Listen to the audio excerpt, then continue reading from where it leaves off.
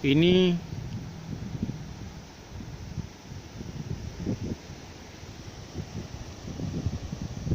hari ini tanggal 29 September 2019. Ini di kawasan Lampanah Lengah. Bukan Lampanah Lengah, termasuk ke dalam Lampanah Lengah.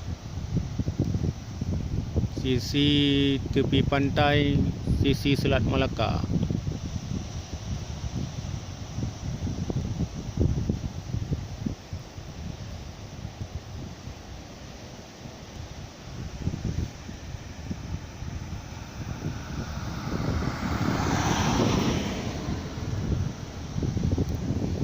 Memang bagus pantai sini.